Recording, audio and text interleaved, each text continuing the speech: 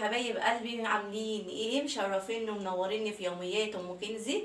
يا ريت اول مره لو حد بيفتح القناه ما ينساش يعمل اشتراك للقناه وتفعلوا زر الجرس عشان يوصلكم كل جديد من قناتي. وما تنسونيش بقى في اللايكات وتشجعوني كده يا حبايب ام كنزي. النهارده بقى يا حبايبي هعمل لكم ايه؟ طبعا احنا بقى هعمل لكم بيتزا، فاحنا عارفين البيتزا بقى دقيق وخميره وعجن وكده. فانا النهارده هعمل لكم البيتزا بدون دقيق، بدون فرن، بدون خميره، بطريقه سهله وبطريقه مختلفه. هعمل لكم بيتزا البطاطس يا حبايب ام كنزي. يلا بينا عشان ما اطولش عليكم نشوفوا المكونات بتاعه البيتزا البطاطس ايه. خليكم معايا. اهو بقى المكونات بتاعتي. طبعا احنا عارفين البيتزا بقى عجن وخميره ودقيق والكلام دوت. فانا النهارده هعمل لكم البيتزا بطريقه سهله، بيتزا البطاطس خفيفه. انا هنا كنت بشرها بس سايبه حته عشان ابشرها معاكم واوريها لكم. هشوركم بس المكونات بتاعتي الاول. دي بطاطس معايا مبشوره، ودي هبشرها معاكم دلوقتي. معايا جبنه رومي ناعمه اهيت، يا رب تكون الصوره واضحه لكم. معايا لانشون، معايا جبنه شيدر، معايا فلفل، معايا طماطم، معايا بيضتين اهمت. دي المكونات بتاعتي سهله وبسيطه. طبعا كلنا عارفين البيتزا بتبقى عقبه وصعبه علينا والكلام دوت. فانا النهارده مش هصعبها عليكم، هعملها لكم بطريقه سهله وبطريقه مختلفه، ونغير بقى من الدقيق والكلام دوت. فالنهارده هنعمل بيتزا البطاطس. يلا بقى دي اول حاجه. دي انا سايباها عشان ابشرها طبعا معاكم زي ما قلت لكم. هي بمسك المبشره بتاعتي من الناحيه دي، انا دي سبتها عشان ابشرها معاكم. اهو ببشرها بالمنظر دوت اهوت معاكم اهوت. طبعا ام كنزي عودتكم بتعمل كل حاجه قدامكم، ما بتعملهاش من وراكم. اهي بشرتها بالمنظر دوت. يلا بينا بقى نشوف هنبدا بايه. خليكم معايا خطوه بخطوه. قلت لكم التكات والحركات بتاعه ام كنزي، بس ما تبخلوش عليا بلايك. اللايك ده انتوا بتشجعوني بيه وبتدوني روح حلوه لما بتعملوا لايكات كتير. يلا بينا يا حبايبي، خليكم معايا. دلوقتي يا حبايبي هعمل ايه. دول البيضتين بتوعي. معايا حبه فلفل اسود هدلقهم عليهم، معايا حبه ملح اهوت. هقلب كل الكلام الجميل دوت وهركنه على جنب اهوت. خليكم معايا خطوه بخطوه. انا كده حطيت الملح والفلفل الاسود على البيض، هقلبه تقلبتين وركنته على جنب. خليكم معايا.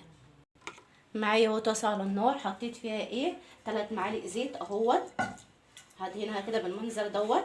3 معالق زيت اهوت. كل حاجه قدامكم، ما بعملش حاجه غير ما بوريها لكم. هعمل ايه. معايا البطاطس بتاعتي اهيت، هنزل كده بيها على الطاسه اهيت قدامكم. هوزعها بقى كده واضغط عليها بالمعلقه بالمنظر ده. اخليها ايه مدوره زي البيتزا بالظبط. هضغط عليها كده وارجع لكم تاني. خليكم معايا. اهيت في الطاسه، ما عملتش اي حاجه، ما بعملش حاجه، ما بوريها لكم. ضغطت بس عليها كده وديتها دايره كده، خليتها شكل البيتزا مدوره.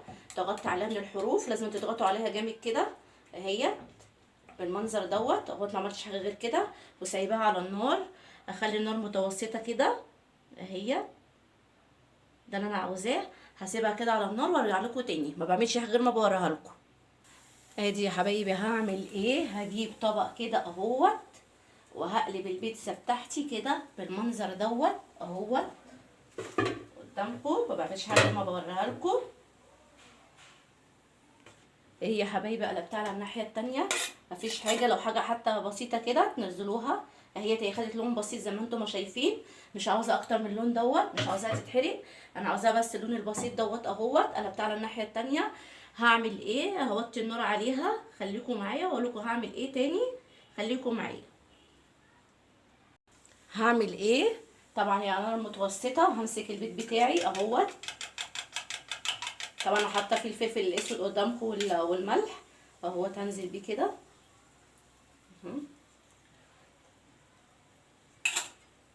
طبعا كده بقى احنا ننسى مرحله البطاطس. دلوقتي هي كده مرحله بيتزا. دي كده في مرحله ايه البيتزا اهيت. هعمل ايه تاني بقى. هاخد بقى كل المكونات بتاعتي. القوطه اهيت بالفلفل، اوزع كده بالمنظر دوت زي ما انتم ما شايفين. خلاص بقى احنا كده داخلين في مرحله بيتزا، مش مرحله ايه بطاطس. ننسى بقى البطاطس اهيت.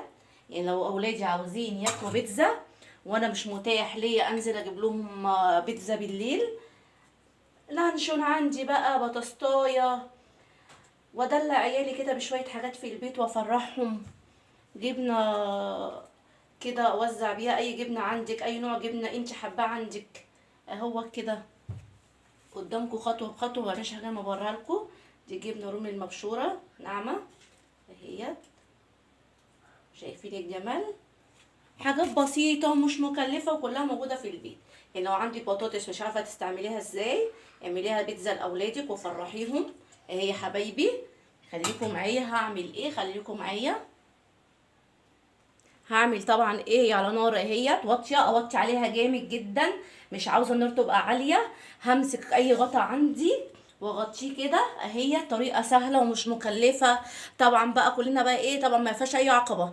بطاطس عندك مش عارفه تستعمليها ازاي، عندك في البيت بتجففيها وتشيليها وما بتستعملهاش كتير، ابشري امسكي كده بس تصيتين كبار حلوين ابشريهم وحطيهم كده في طاسه، وحطي معاهم بيضه او بيضتين وشويه جبن وشويه اي حاجه عندك في التلاجة، لحمه مفرومه، بسطرمه، اي نوع انت بتحبيه حطيه عليها، هتطلع بيتزا وجميله. هغطيها دلوقتي معاكم واوريكم هتطلع بالمنظر ازاي. خليكم معايا اوريكم خطوه بخطوه وهي على النار وانا مغطياها برضو اهي. انا هقرب الكاميرا كده عليكم واوريكم هي شغاله على النار، على النار الهاديه. شايفين داخله في مرحله البيتزا ازاي، شايفين البيض بيستوي معايا. عاوزه النار تكون هاديه كده اهيت. هغطيها تاني اهيت خطوه بخطوه، انا اوريكم المراحل بتاعتها وهي على النار. ما تقلقوش، وطوا عليها جامد، نار هاديه وسيبوها وغطوها تاني وسيبوها على النار. هوريكم برضو هي برضو ايه داخله على المرحله خلاص بتاعت السوا خالص. خليكم معايا وقت يا حبايبي بقى هعريها معاكم ونشوفها اهيت قدامكم اهي. بسم الله ما شاء الله. اعرف بقى ازاي اللي هي استوت واطفي عليها، انا لغايه دلوقتي مولعه عليها النار اهيت قدامكم اهيت، بس على نار هاديه اهي. شايفين منظر النار، انا ما طفيتش عليها، انا مولعه عليها على نار متوسطه خالص اهي. اعرف ازاي اللي هي استوت، البيض اللي على الوش نشف. عاوزه بقى اشوفها لازقه ولا مش لازقه معايا. شايفين بسم الله ما شاء الله، سخنه جدا. شايفين المنظر كده، اعرف اللي هي استوت. ده المنظر اللي انا عاوزاه. هعمل ايه، هاخدها بقى اغرفها في الطبق بتاعي واوريها لكم. بس عاوزه اقول لكم هي لو في طاسه سيراميك او طاسه تيفال هتبقى احلى وهتستوي معاكم اسرع، عشان بس هي تتصل يعني مش تيفال ولا سيراميك، فعشان كده خدت وقتي شويه. لكن في طاسه لو تانية تيفال او سيراميك هتبقى احلى من كده وهتستوي اكتر.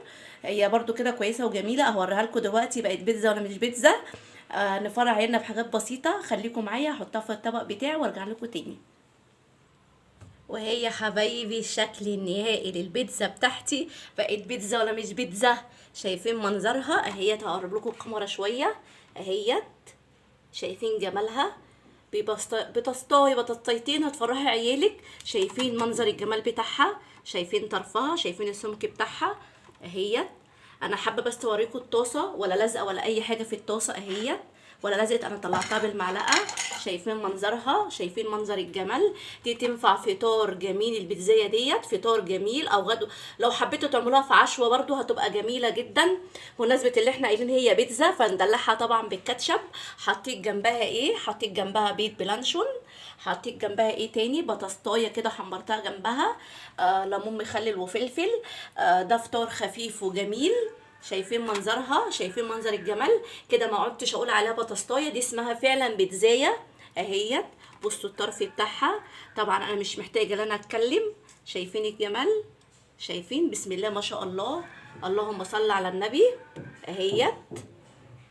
بصوا انا قطعتها اهيت، شايفين جمالها. شايفين، انا بس عاوزه اوريكم المنظر. شايفين منظر البيتزايه، شايفين منظر الجمال. يا رب الصوره تكون واضحه لكم اهيت. انا حبيت بس اقطعها قدامكم واوريها لكم اهي. شايفين الجمال، شايفين المنظر اهي.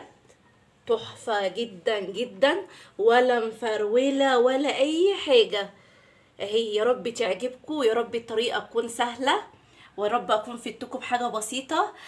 طبعا المنظر بيتكلم عن نفسه، مش محتاجه ان انا اتكلم. طريقه روعه وسهله وهتعجبكم اهو.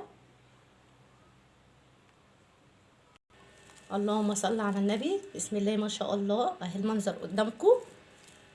وادي يا حبايبي الشكل النهائي للبيتزا بتاعتي، سهله وبسيطه، ولا داعي بقى للعجن ولا الدقيق ولا الخميره. سهله، بطاطسايه عندك في البيت، بطاطس مركونه عندك مش عارفه تستعمليها ازاي، امسكي بطاطسايه بشوريها، وادي الطريقه، اديكي شفت المنظر.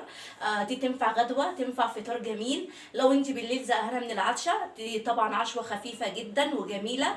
عاوزه اقول لكم جربوها مش هتندموا. وما تنسونوش بقى في اللايك والاشتراك في القناه، وتدعموني كده باللايكات، واقول لكم هتوحشوني. والسلام عليكم ورحمه الله وبركاته. باي باي.